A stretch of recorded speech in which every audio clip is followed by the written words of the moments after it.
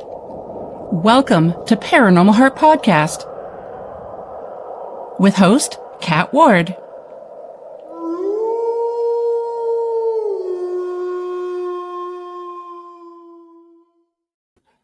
Welcome, my friends, to Paranormal Heart Podcast. Tonight's segment is pre-recorded, streaming on United Public Radio Network 107.7 New Orleans, as well as 105.3 The Gulf Coast.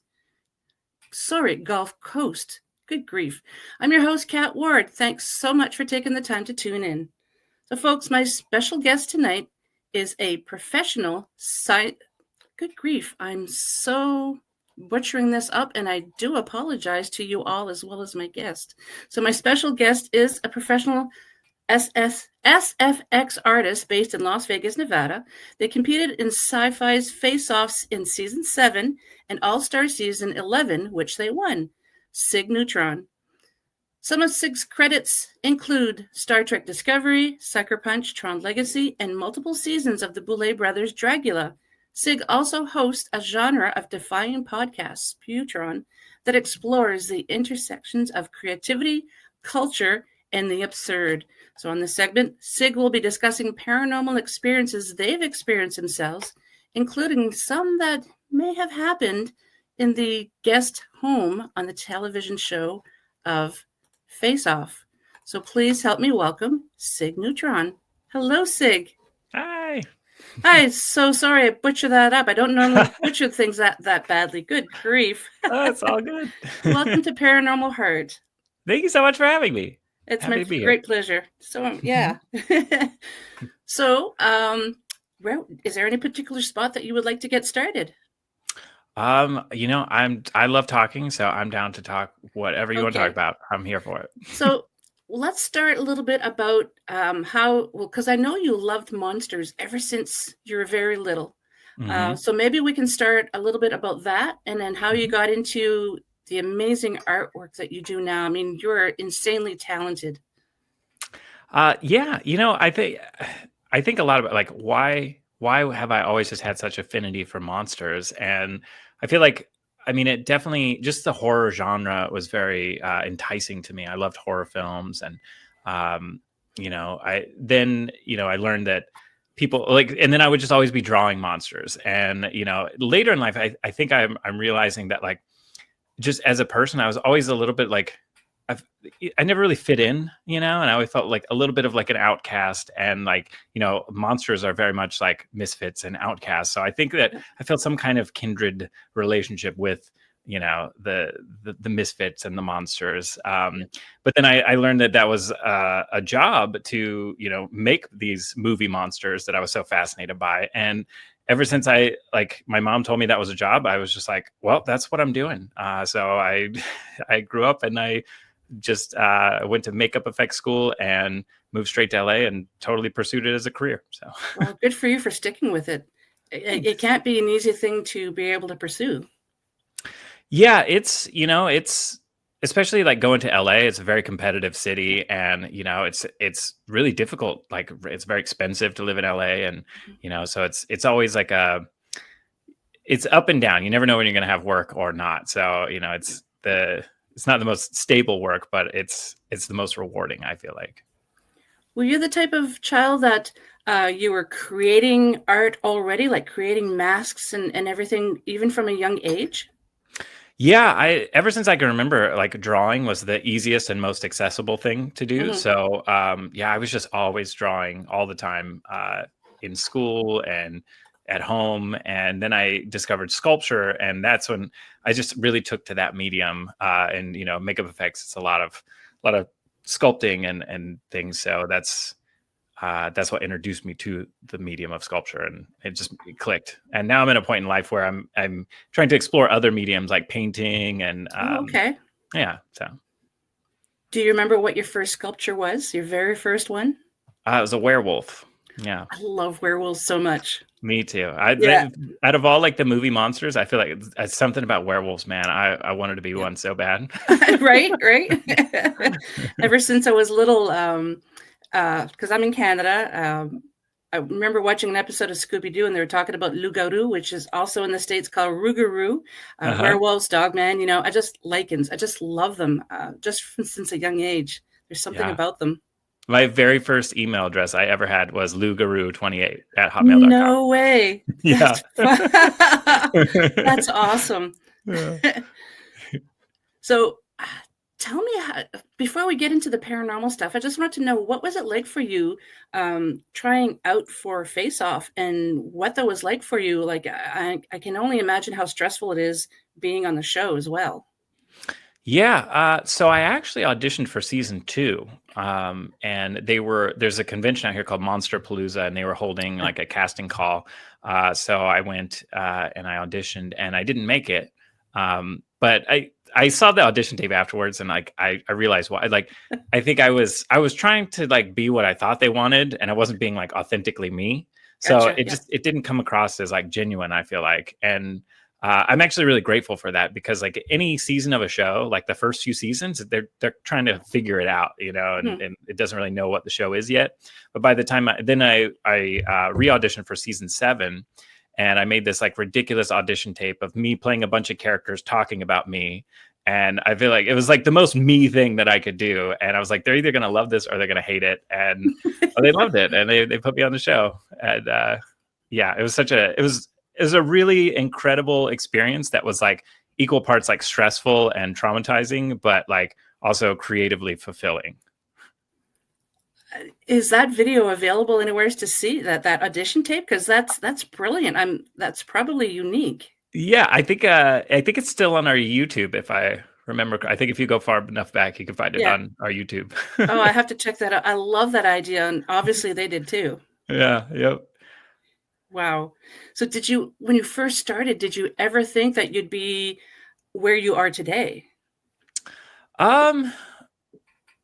I've always just had like a really strong like belief in myself, and I feel like everybody should have that belief. It's like the world can be a tough, sort of overwhelming place, and like you got to find the drive within yourself. And I kind of just, like when I graduated from the makeup school, it was during the writer's strike in Hollywood, and everybody was like, "Don't move to LA. Like, you're not going to get work. It's not gonna," and I was just like, no, I just got to do it. I just like out there is where I need to be. And I drove out there. I didn't know anybody. And I just like, I found an apartment on Craigslist, like I was living in like a 1-bedroom apartment with like 5 other people, and the house, and it was also on Couchsurf. So there was like always like just random people from international people, like crashing on the couch. It was wild, but like, but I made it work, and, and I was able to find work out there, and now like,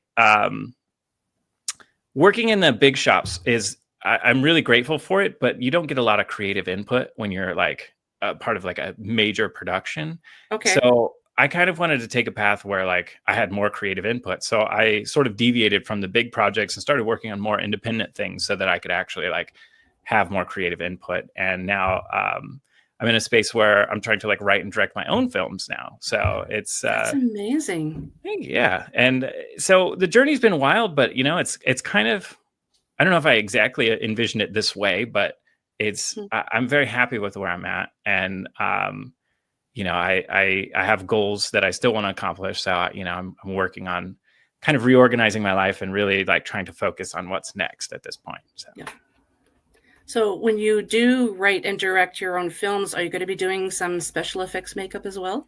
Yeah, most of the films that I'm writing are basically just vehicles for wild special effects, because I feel like there was in the 80s and maybe early 90s, there was just this like golden era of like just these like wild practical effect creatures. And it was such a vibe, like killer clowns from outer space. I love like, that movie. Yeah. It's like anything that Kyoto Brothers did really is it had this like cartoony realism to it that sort of like really like stuck with me. And I feel like I reflect that in my own personal style. But yeah. Oh man, what was the original question? Good grief. I don't know. Good grief. We're both, I just totally blanked. I was like, I'm going somewhere with this point. And then I'm like, wait, what was the point I was making? Yes. When you write and direct your own movies, if you're going to be doing the special effects. Yeah. Yeah. So basically, I just want to I want to revive that, because I think the art form of practical makeup effects is a really beautiful and brilliant, and there's such like a nostalgia to it that I think it's really going to play well to like a new audience.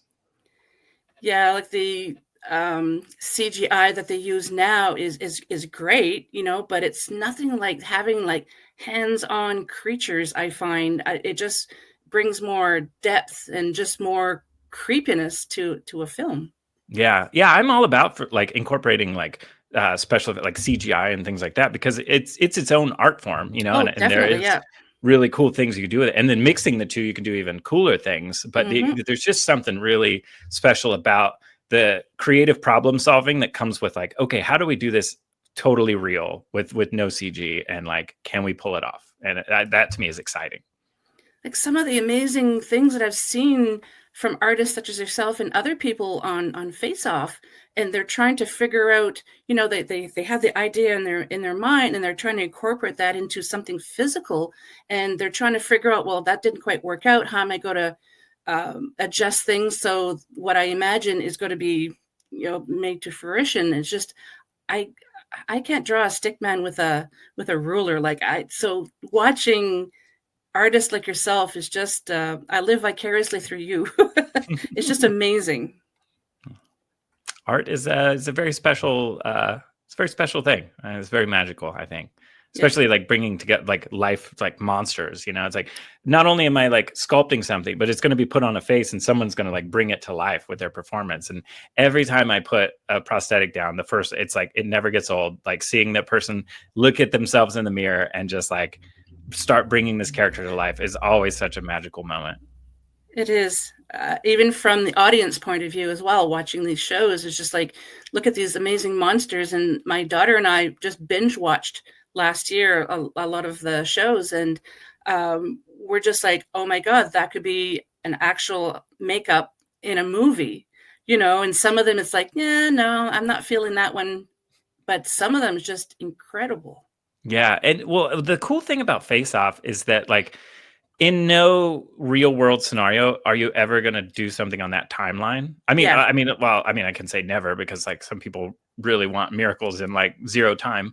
But typically you don't do, like, we had like basically 3 days typically to, like 2 days to sculpt and 1 day to apply, or, and it's like that I did things on that show that I had no idea were even possible in that time. and it was like such a cool, because like, you could only, it's in that environment where they're like, here's all these tools, here's all the materials, like go nuts. And, and then we had like a shadow crew that was like running foam and things like that, and like a wardrobe crew. So you had people like contributing to the product. Yeah. It wasn't like, but we're in charge of like all the sculpting and the mold making and anything like that. But yeah, it was just such a cool, like, I had actually only done, I think 2 or 3 prosthetic makeups before I went on the show.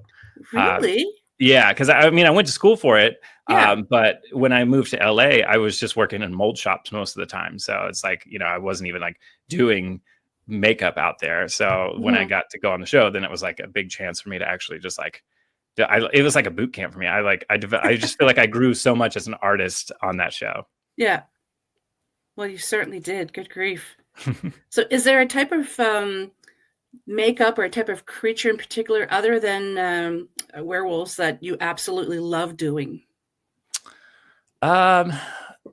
Yeah, I think anything that's just kind of gross and slimy, like like Garbage Pail Kids and Ren and Stimpy. Oh, I love Ren and Stimpy. Yeah. The extreme close up, that like that kind of like aesthetic. Really, just like anytime I get to play in that space, I'm very happy. So yeah. Nice.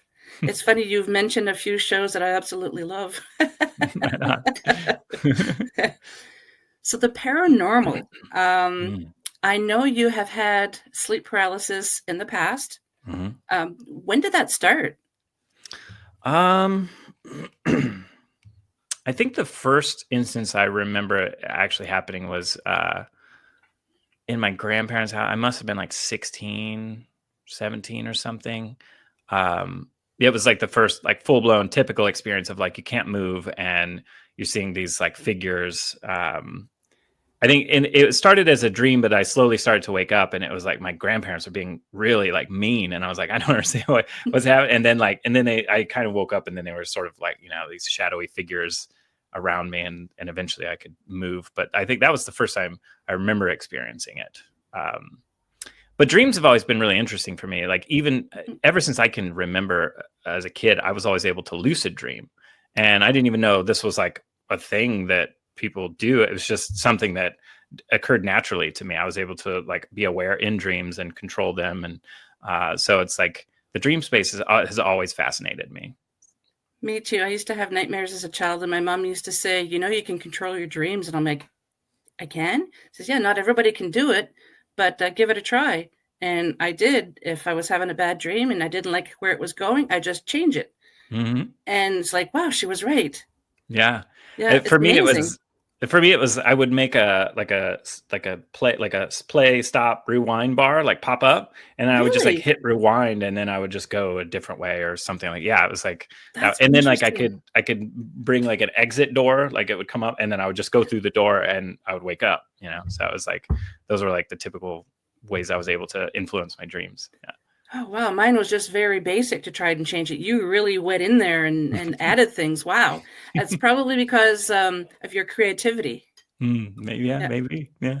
It's probably, yeah. Yeah.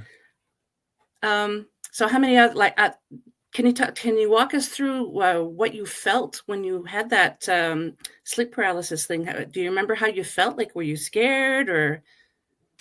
Yeah, like just like an overwhelming sense of like dread and like a sort of like a tingly static feeling, like over your whole body. And then it happened again in the Faceoff house on season 7. And this time there was and this house was like, it was like a historic house in North Hollywood or something. So there was like a lot of history to this place. And they said that people would see like a lady on the stairs a lot. And the room I was sleeping in was right at the top of the stairs. And there was like a doorway to a balcony that nobody ever went out there and hung out on that balcony. But every day I would come home or I'd wake up and like the door would be open and I keep closing it. And like, it would always just keep being open. And then one night I was facing the door and I opened my eyes and yeah, there was just this shadowy figure that was like screaming in my face, and it was like I could tell it was a woman. I couldn't make out any features, but it was just this kind of, you just sense the presence, and the way that she was screaming, it just sounded like like the static of a TV. Like it was like a mix of a scream and a TV static, and it was so intense. And then I just remember like, okay, and it was kind of like back to like the lucid dreaming. I was like, okay, no, this is not, and I couldn't move, so I was like, nah, this isn't okay. And I just like imagined like a light there, and the light just kind of whoosh, and then just like they dissipated, and then I could move. And I remember getting up and like looking around. I was like, somebody had to have heard that, but everybody else was just sleeping, and it was just me. It's just amazing how when people have an experience like that and they think that the whole town would have heard something, and everybody's like, they're going around their business like nothing happened, and you're like, how could you miss that? It was so loud.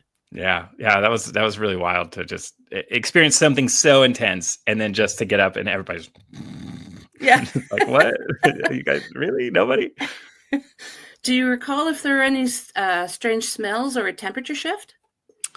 Not that I recall in that, not in that instance. Mm-hmm. Yeah.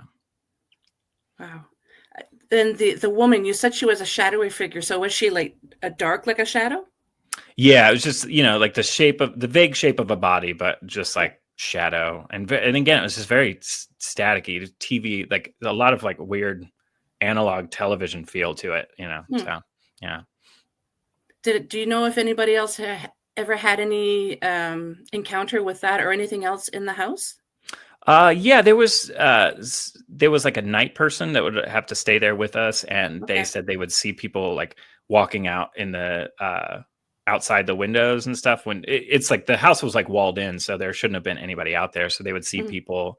And I think other people had like heard some whispering or something when they were trying to sleep. There was a couple of like incidents, and I can't fully remember exactly, but people were experiencing strange things there for sure. I remember watching that season with my daughter and looking at her and saying, that place has to be haunted. It just, you can almost feel it through the television, just, and she says, yeah, I agree.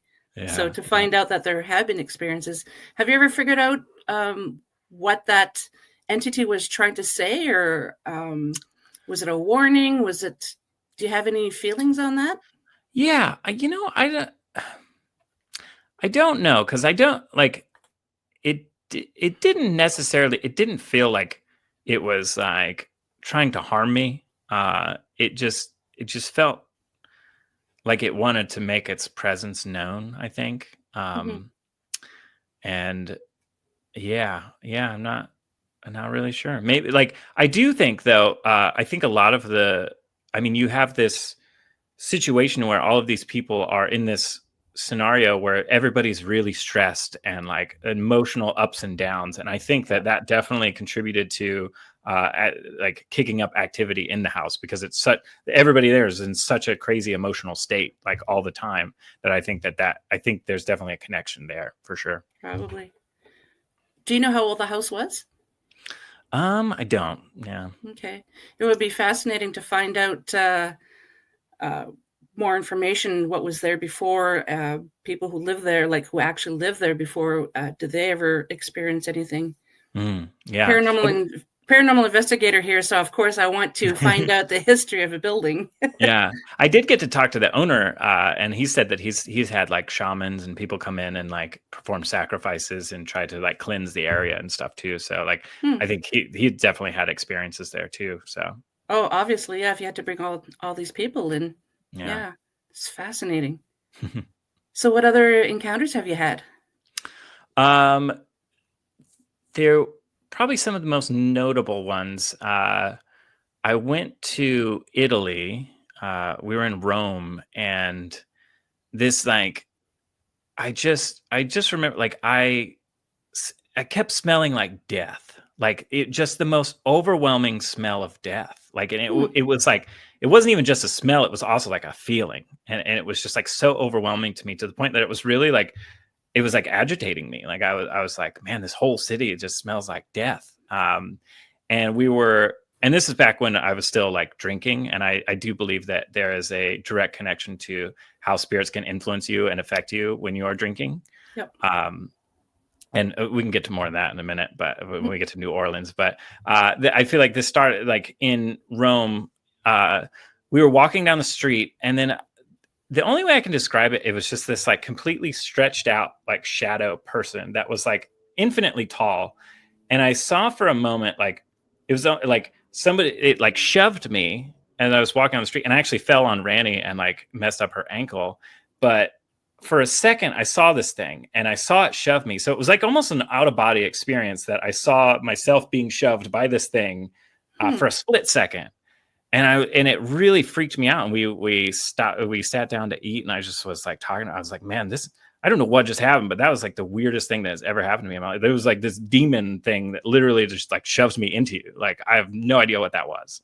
And that was kind of it for a while. But then we went to New Orleans, and the same thing happened to me. And I had been drinking, and I think that like that definitely was allowing me to be open. But this time, I fell on the floor and I couldn't get up, and I felt something like holding me down. And this was like on the street, on the side. We were leaving a convention, and I'm like on the sidewalk, like, Randy, I can't get up, and then I get up, and we're trying to like, I'm like stumbling back to the hotel, and Randy was like filming this, because like, it's like, what is even happening? And I'm saying things like, I'm like trying to throw myself into the street, and I'm saying, that's not me, and it like, so we get back to the hotel, and then the next day, like, I felt like I purged this. I mean, there's so much, like, okay, so much is coming through right now, because like this was like a wild, life-changing experience that like I don't even know where to begin, actually. But around the same time, Ranny starts channeling voices and things hear, and she's never really done this before, so it was like very strange. But these voices, like this terrifying experience is happening to me. I really think I got possessed there, like watching the footage and Sounds looking like back it. to it. Yeah. Yeah, it's like undoubtedly that's like, oh, I didn't realize it at the time, but like that's what happened to me. And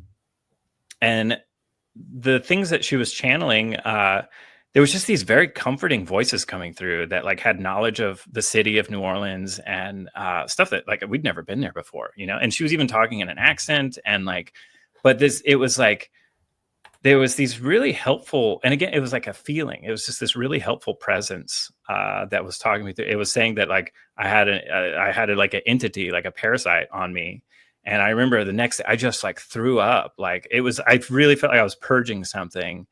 And that was the start of Ranny's gifts awakening and realizing that she's able to channel spirits. And we go back home. And this was also the same time I was really trying to stop drinking at this point because I had a severe alcohol problem.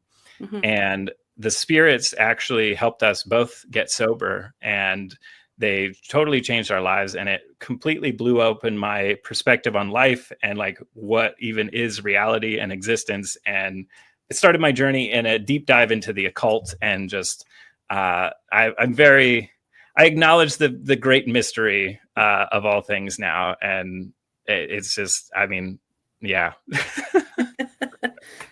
When she was filming, did you catch anything on film other than yourself just trying to put yourself into the road?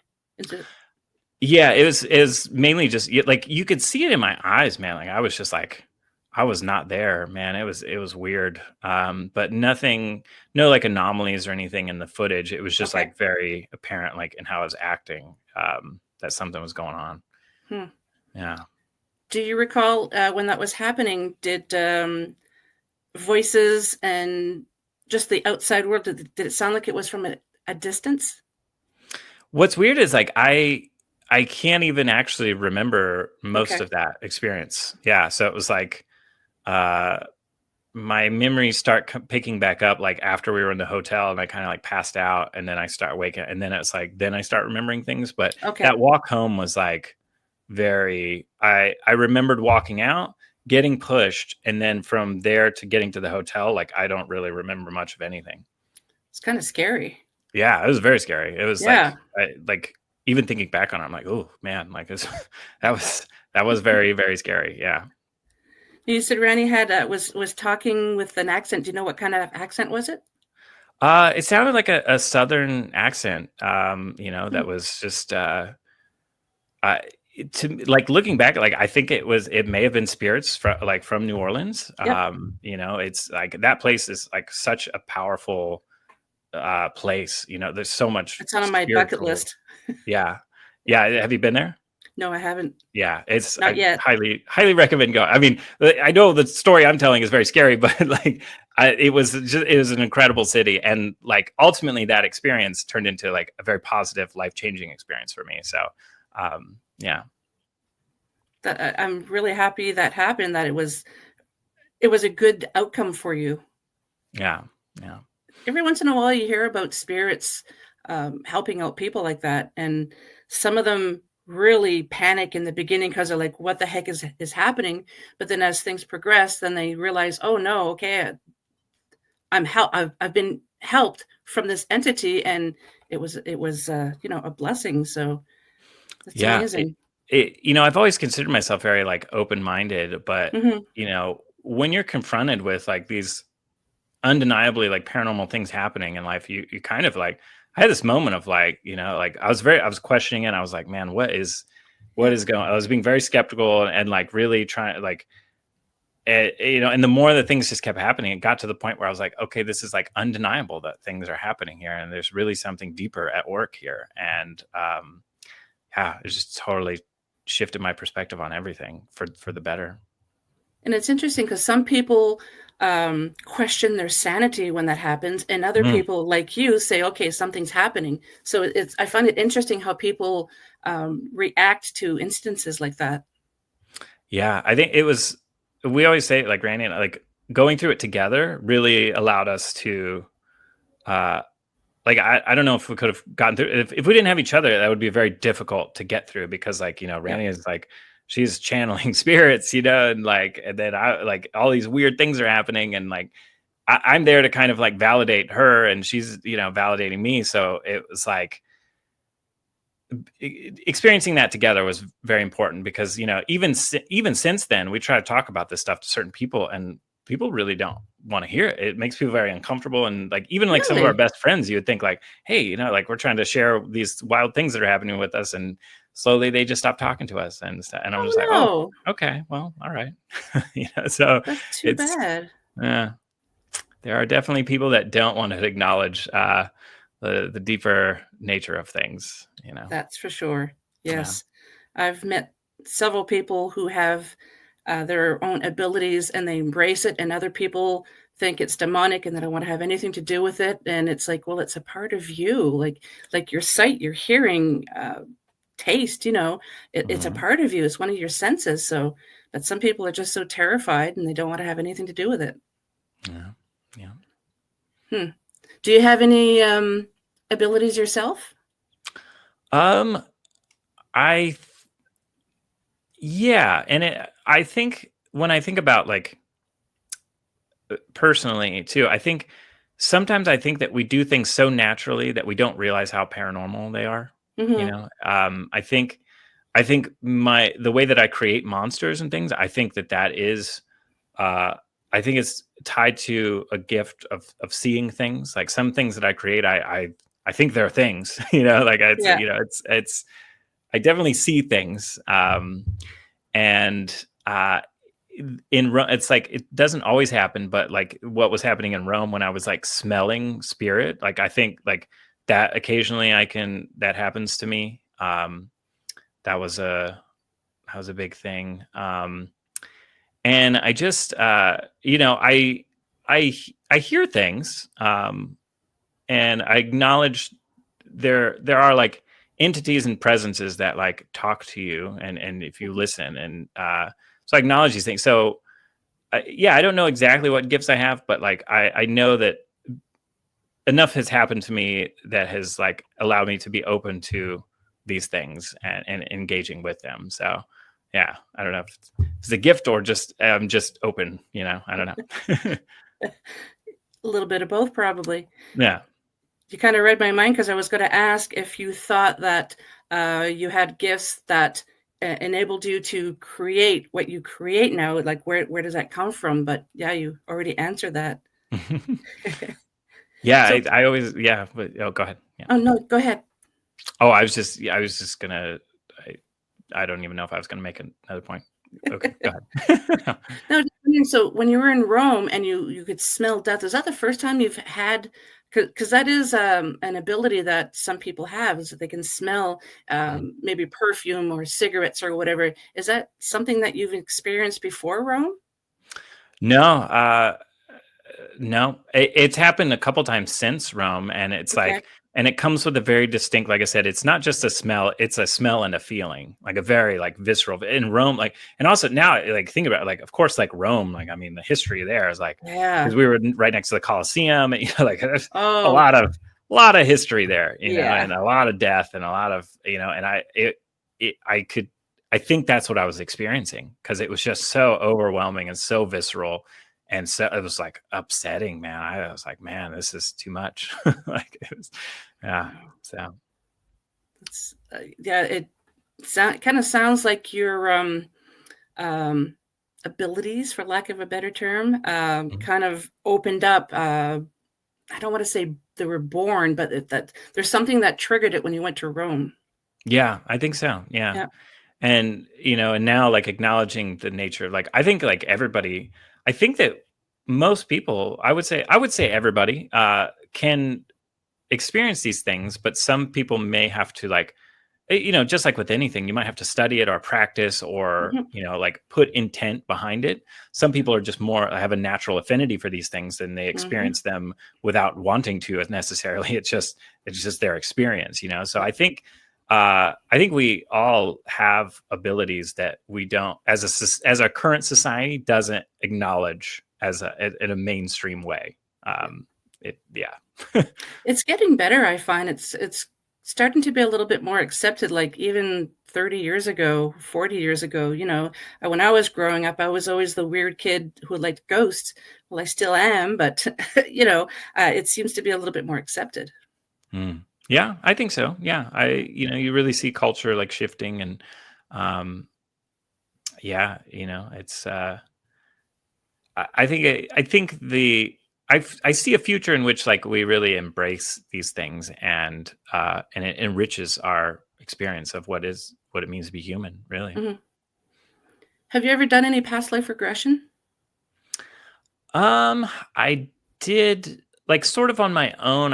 Sometimes I do different like meditations and things, and I listened to like a guided past life regression thing, and that took me to some places, and I saw some visuals, and I would journal it, and yeah, it's very fascinating, and I absolutely believe in like reincarnation, and Me too, yeah, it just makes the most sense, really. Like, I mean, like on so many levels, like, why would this just be like the one life, and and consciousness is so vast, and you start diving into like quantum physics and things like that, and it's like, and the mystery of consciousness, like science can't even answer like what is consciousness, so we're all experiencing this thing in real time that nobody really knows what it is. So like, to me, that should open the door to like, okay, like a lot of things, like what is this if we can't even know what awareness is? Yeah, exactly. No, I was wondering because I recently started thinking that when people have awakened their abilities, if they go to a different location, like you were in Rome, I wonder if you were in Rome in a past life, and because you were there, it awakened it. Yeah, that's very possible. Yeah, I wonder that too. Because yeah, it was just a very strange experience, and also like, and I wonder too, because like it was sort of similar experiences in New Orleans too, and that's another, like, obviously like a hot spot for things too. So it's like, Definitely, yeah. I go to these places that are known energetic hotspots, and I have these intense experiences. So it's like something's going on there. Yeah. I always look at people who have special abilities like that, kind of like eyesight. Some people, like myself, have to wear glasses. Some people have perfect sight, and I feel that's how it is with psychic abilities.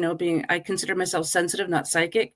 So I think that's how people, if you hone in and you try to practice your abilities, it's going to get better and easier. Kind of like wearing glasses, I guess. You're just helping. But yeah, to me, when you have abilities like that, some people have weaker abilities, others stronger, just like eyesight. Yeah, I think that's a great way to put it. Yeah, I like that. Thanks. It's the best way. I was trying to figure out how to explain that to someone one day, and it just kind of popped into my head. It's like, how can I say this where they would understand? So, yeah. Do you think you've ever brought anything home from your travels? Any spirits? Yeah, definitely from New Orleans. Yeah, that was, I think whatever attacked me, it possessed me there. I also think, I wonder how much, I think there was a tie to like my alcoholism, and also like an entity. Because like when I was an alcoholic, like there was a distinct voice that was always like, yeah, just drink some more, it's just, just a little bit more, it was like, I felt this presence within me that kept convincing me to like, just drink. And it was like, it really just wanted me to always drink. And I think maybe that entity, maybe being in that vortex or that energetic space gave it more power or something. So it was able to physically affect me even more in that moment. But when Randy was channeling, she was saying that there was a parasite on me, and it was linked to making me drink. So and then, when the next day and I threw up and I really felt like I was expelling something, that was when things really started to change for me. I started developing my own agency, and I was really able to stop drinking. It's been like 7, at least 6 years now, no alcohol. So wow, good for you. Thank you. That's quite the achievement. Yeah, it was so hard, because I tried multiple times to quit, and it was just something that I just could not give up. and then having this intense spiritual experience and this like assistance from spirit was really like the thing that was like actually able to help me get sober. And I'm so grateful for that experience, really. Yeah, no kidding. That's a unique way of quitting your alcoholism. Yeah, right. Yeah. Wow. Any other paranormal experiences that you've had? I should just add that I was doing a lot of filming around that time for a different project, but then when all this stuff started happening, I just started documenting that. And I tried to edit it into a docuseries called Black Tea and Bourbon. Oh. And yeah, it's on our YouTube as well. Okay, I'm gonna look that up. Yeah. So I was only able to do like 2 episodes, and then it's been one of those projects I'm trying to get back to. But when it came out, like a lot of, I think people maybe just thought it was like fake, and I was just trying to, but I was really just trying to tell the story of like what happened to us. And, because I know, like, yeah, a lot of my friends and even like fans and stuff are like, what is this? And I'm like, and it's dark, it's like, but it's documenting the journey of not only like my spiritual experience, but my, my battle with alcoholism, and, and how the spirits actually helped us overcome that. So even though it's only 2 episodes, I'm glad you've documented the experience. I look forward to watching that. Yeah, it was I think in a way it was very like therapeutic, because like this, like I said, it started out as a very intense and traumatizing experience, but it would lead to great personal growth and an expanding of my awareness and an enriching of my life. But so that's why I think that's probably why I haven't gotten more episodes done on it too, because like it's just such a dark period of my life that like to go back and like edit that into like something and share it with it's very difficult. But I think it feels important. So one of these days I'll get around to finishing it. Yeah. Not to be disgusting, but when you did vomit, was it just regular, or did it seem like something otherworldly, Yeah, it did. It felt and it looked like it was, people talk about these, like doing something like ayahuasca or something, having these purging experiences of like, it really felt like that. Like it was like something was coming out of me, and it wasn't just vomit. It was like on multiple levels. I was expelling something from my body for sure. Yeah, I had guests on. I've been doing this for 7 years now, and I had some guests on who lived in New Orleans, and they said they encountered vampires there and lots of spirits in the hotel room that they were in, because they were in a very old. It wasn't like a brand new hotel or anything. It was an old building, and I can't remember, one of them for whatever reason threw up, but it was, again, sorry listeners if you gross out easily, it was black. That came out, and they said it just was not natural, and it wasn't anything that they consumed. Yeah, so it made me wonder. Yeah. Any idea why that would have happened there in New Orleans? I think about it a lot, and I mean, I know that I really feel like I was at the crux of like I either had to get sober or I'm not sure I would still be here today. Kind of, it was like it was getting that bad. So I wonder, I mean, there's all kinds of like divine synchronicities and like bigger forces at work. And I really think that like it was just the time, and also it was the place. I got invited to do a convention there, and I think being there, I think it was an important part of energetically of everything that happened. So yeah, I think I was just being guided there because like ultimately that was going to be the catalyst that would unravel all these things. Definitely sounds like it. Do you think that there would have been any thoughts that like, no, I'm not going to do this convention, or it's like, no, I'm definitely doing it? Yeah, I was all in. Yeah, I didn't even, because I'd always wanted to go to New Orleans too, and then I got offered to like go to. I was like, yes, double yes, let's do it. Yeah. And the about the month leading up to that, I was able to be sober, but I had such a fear of flying that like when Oh, I got on the plane, I was like, "Nah, I gotta have a drink," and then that drink turned into many drinks. And then New Orleans is probably the worst place you want to go if you're just oh, newly trying to get sober. yeah, So oh, yeah. I never um, thought of that. Yeah. yeah. So it was, I fell off the wagon there, but was able to be brought back by the spirits that came back with us. So I'm very happy that you had this turnaround, like because the world would have been a sadder place not seeing your work. Because it's just amazes me how people like you can just create like that. thanks. Yeah. Yeah. So Yeah. what's well, go ahead. Oh, I think I was just gonna say, I have such a, now that I acknowledge like the spiritual nature of things, and I guess for lack of a better term, the occult, the esoteric, Yep. it's really enriched my art and my creative process, because like I recognize there's something really magical and spiritual about the act of creation, and so like I really believe there's a direct connection between art and spirit, for sure. It's kind of a form of magic to be able to create that sort of thing. It's just, yeah, it's beautiful. So do you use crystals or anything like that? Ranny, she got me into, like, she'll gift me some crystals occasionally that she's used in ritual and blessed and things like that. So like she gave me this Ling Lingo. Okay, yeah. It's like a Filipino Yeah. icon, Nice. or symbol. But yeah, I like crystals and talismans, and I think I see I find them useful, yes, and I acknowledge their efficacy, I would say. Is there a type of crystal that you're drawn to the most? Yeah, for some reason, ever since I was a kid, like tiger's eye. I mean, I know it's not necessarily a crystal, Got a but tiger's eye nice, ring. Yeah. nice, yeah. Something about tiger. I always wanted, like, we'd go to the gift shops and on a field trip or something, and I'd always have to get a tiger's eye. So like, Nice. yeah, that's something about tiger's eye really always calls to me. For me, it's selenite. Whenever we do investigations, I always have selenite and hematite on me. Selenite, I don't know if you're aware, helps keep negative entities and energies away.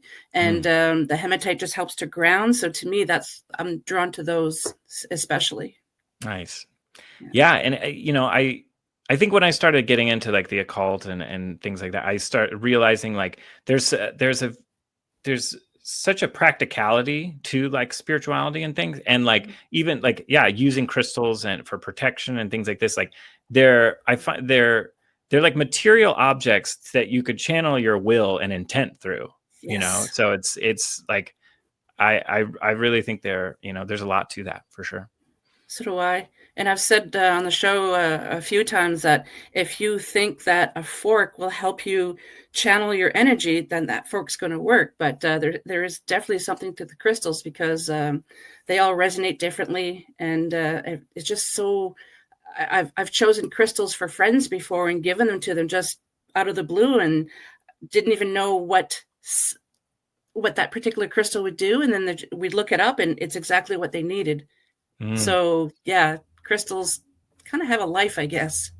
Yeah. And I think you're touching on sort of like kind of the synchronicities I mentioned earlier. It's like what we found too is like we'll have these experiences, or Randy will channel something or hear some message from spirit, and then we'll experience these things that feels unique and new to us.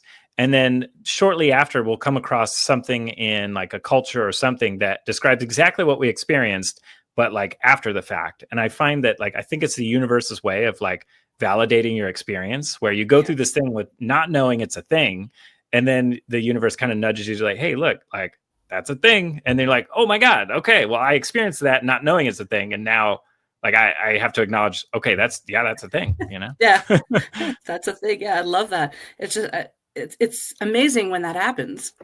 Yeah, it really is. Like my life is so much more magical now, and I'm really grateful for that. Do you find, since you've stopped drinking, your art is better, or just on a different level, or? Yeah, Yeah, I think I think it's a lot of factors that have Hmm. improved my art, but like it all started with the clarity to really see myself. I think I in my clarity of sobriety, I've been able to really do a lot of introspection and soul searching and look at my life and who I am as a person. And I came to a lot of realizations about myself that I probably wouldn't have done had I continued drinking because I wasn't there enough. So Yeah. coming back to myself with like clarity and just presence is such a powerful thing, you know, and so that alone is like the foundation that I've built and grown upon now and in life. So Yeah. So you're, I'm assuming your creativity was kind of being, what's the word I'm looking for? Um, it's awakened a lot more since, and it was probably being withheld before. And did you have kind of like a clarity, like, oh my God, I can create these, like there's, like you mentioned, there's more clarity, but was there kind of like an aha moment, like, oh my God, I can't believe I'm creating these things? yeah. So after New Orleans, Rainey and I kind of became hermits because, like, you know, she continued to channel spirits and they continued to give us guidance and, like, they, on how to, like, completely spiritually cleanse our house. So, Mm, like, we took this time off, like, almost kind of removed ourselves from our friends and the world. Like, and this was 2019. So mhm. we sort of like went into like yeah. So like we spent that whole year kind of like reorganizing our lives in many ways, like eating better, you know, we stopped drinking and like cleaning our house, like and then it took a while. Like once we got that stuff in order, then I was really able, like, I just felt so good and so empowered. And then I was able to Mhm. get back to creating. And then I was like creating on like a different level, I feel Yeah. like from there. But it was all like the whole like shaky building that I was constructing of my life had to like completely just like topple so that I could like dust it all off and like rebuild like a solid foundation. I hear a lot of that from people who have been in rough places, and once they've changed the direction of their life, they say the same thing. Yeah. Able to create on a different level and just better things.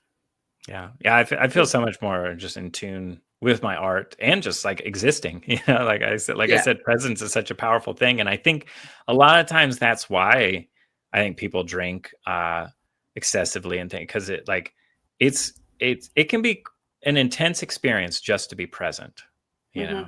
and even like around people, like if you're at a party or something, you know, it's like, we always feel like we got to drink to kind of sort of hide in plain sight, you Yeah. know. Yeah. But Exactly. Yeah. to be there sober with a bunch of people, it's like it could be overwhelming, you know. And I Hmm. think that's also because I think we have these spiritual abilities, we like empathy and like think like we're feeling other Yeah. people's energies, and we're not really taught how to deal with these things, you know. No. So it's like it's just this overload of information, and then we find certain substances that kind of dull that, or you know, and then we start to rely on them, and then we Hmm. just kind of become husks, you know. So it's good to, you know, just I really love being present and just really engaging with people and talking, and that was kind of my podcast actually, Spewtron. It was the first episode I did, I was still drinking, and then there was a pause, and then all of that stuff in New Orleans happened, and then episode 2, that's when I was starting my journey of sobriety and Mm. acknowledging the spiritual nature of things. So it was kind of that my podcast sort of took me on this, it documented my journey of finding sobriety, finding connection.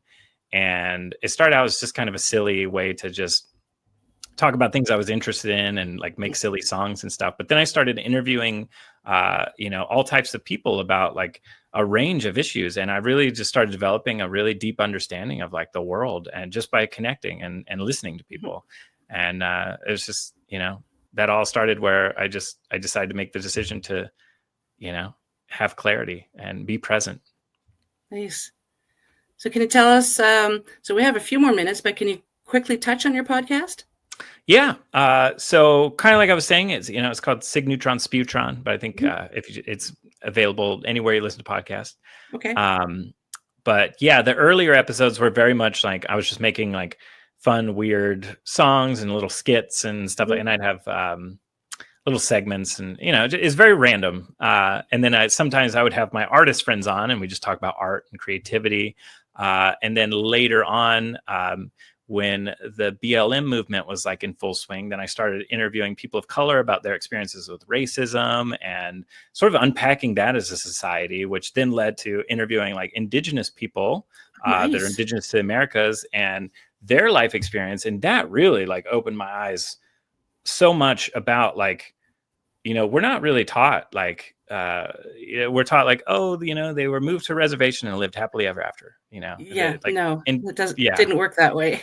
No, you know, and they're always presented as historical people, not as like people that are still alive today.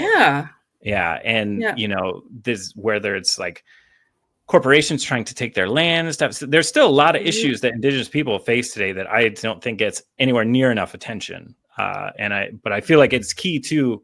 It's the intersection of a lot of our issues, whether it's climate change and all these, like, you know, indigenous people are like great stewards of the land, you know, and definitely. Yeah.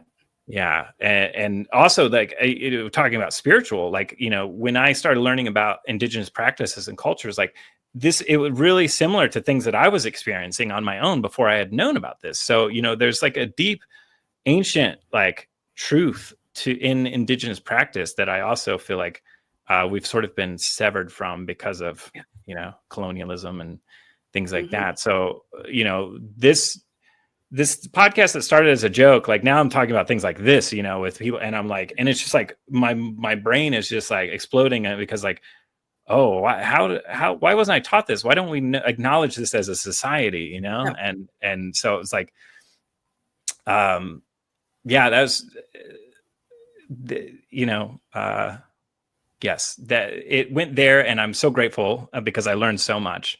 And then I kind of sort of took a while off.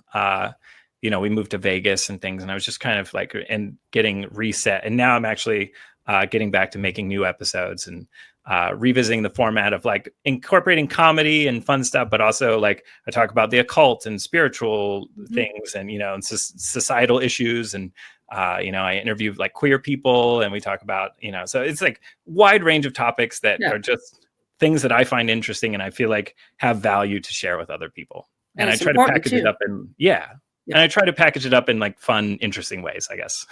Nice. Yeah, I look forward to checking it out. I have a friend who's also on the network that I'm on. He was a guest at first, and he's Navajo living in the States. And when I had him on, and I had no idea that where he lived, there was no power. And I'm like, what do you mean there was no power? He goes, yeah, and sometimes no water. And I'm like, what? It's like, how? In this day and age, how? And so they learned to do a lot of, you know, try to entertain themselves and delve more into their traditions. And I was blown away. I had no idea. Yeah, that it was wild to me. Like, I think that's one of the most shocking things I had learned in life so far is to just sit down and talk with people indigenous to this area and how their life is today and what happened to them and how these things are still happening. And like, as a society, American society, we don't really talk about it. And I really think we should talk about it a lot more, because I think the path to like healing and reconciliation leads to just like, I think that's the way that we succeed as humanity, is like by rehumanizing people and trying to right the wrongs of the past, because they echo so loudly in the present, you know, but if you're not aware of them, it's very easy to miss it, because there's been a concerted effort to hide these things from people. So even here in Canada, where, you know, the way that we treat the Indigenous people up here too, it's, you know, finding mass graves underneath old churches. And it's just like, what? How did this even happen? It's just a disgusting side of humanity. Yeah, the residential schools. I think that's one of the most like shocking and like just cut and dry. Like, look, like indigenous people were being abducted children were being abducted and put into these schools and abused and like completely trying to be assimilated into something that they weren't. And it's, how did I not know this? You know what I mean? Like, and they're still like right now, they're still uncovering these graves in the United States and in Canada. And I'm glad you brought that up, because I think that's something that people really need to know too. Like, at least be aware of it, that it happened, because that acknowledgement is the first step to healing, I feel like. Yes, exactly. Yeah. And I've always had a tremendous respect for Indigenous people, no matter where they are in the world. I always felt like they had a better connection to earth and elements and everything like that. And I've always respected them highly. Yeah. Yeah. And I think in my journey of acknowledging the spiritual nature of things, I was guided to learn about, Indigenous practice and, like cultures. And there's something, even if you like, I'm white, if you trace my ancestry back far enough, like I had pagan ancestors who were the same thing. They lived with the land and they were in relation with spirit and these things, but they were also colonized too by the church and things, it started there and then expanded. So colonization really severed us from this deep connection of like what I would say is universal truth. And I think if we can move as a society back to a respect for that and a respect for, our Mother Earth and spirit, I think that'll take us in a good direction as a humanity. Yes. Well said. Well, I think this is a good spot to end it here. Before we sign off, could you please tell the audience where they can find you? I'll also add it to the show notes. Yeah. So you can find me on Instagram at Cig Neutron. We also have a youtube.com/rancig, RANCIG. And we also have a Patreon where I post a lot of stuff there that we don't post anywhere else. And that's patreon.com/rancig, RANCIG. Awesome. And go ahead. And Spewtron, my podcast. Anywhere you listen to podcasts. Yeah. Okay, cool. Thank you so much. This was such an honor for me. I really enjoyed this. I can't believe an hour went by already. That was a quick one. Yeah, this was really great. So thank you so much for having me. Thank you. If you have a few moments, hang tight. I'll just say goodbye to the audience and then we'll just chat for a couple of minutes if you have the time. Yeah, no problem. Okay. So thank you to my special guest tonight and UPRN 107.7 New Orleans and 105.3 the Gulf Coast. Remember, if you enjoyed the show, please support us by liking, subscribing, sharing, and commenting. And another way to help support the show is by grabbing some swag. If you'd like to pick up your very own Paranormal Heart mug, like this one right here, I know those of you listening can't see it, but drop me an email at paranormalheart13@gmail.com. Until next time, take care of each other. Much love to you all.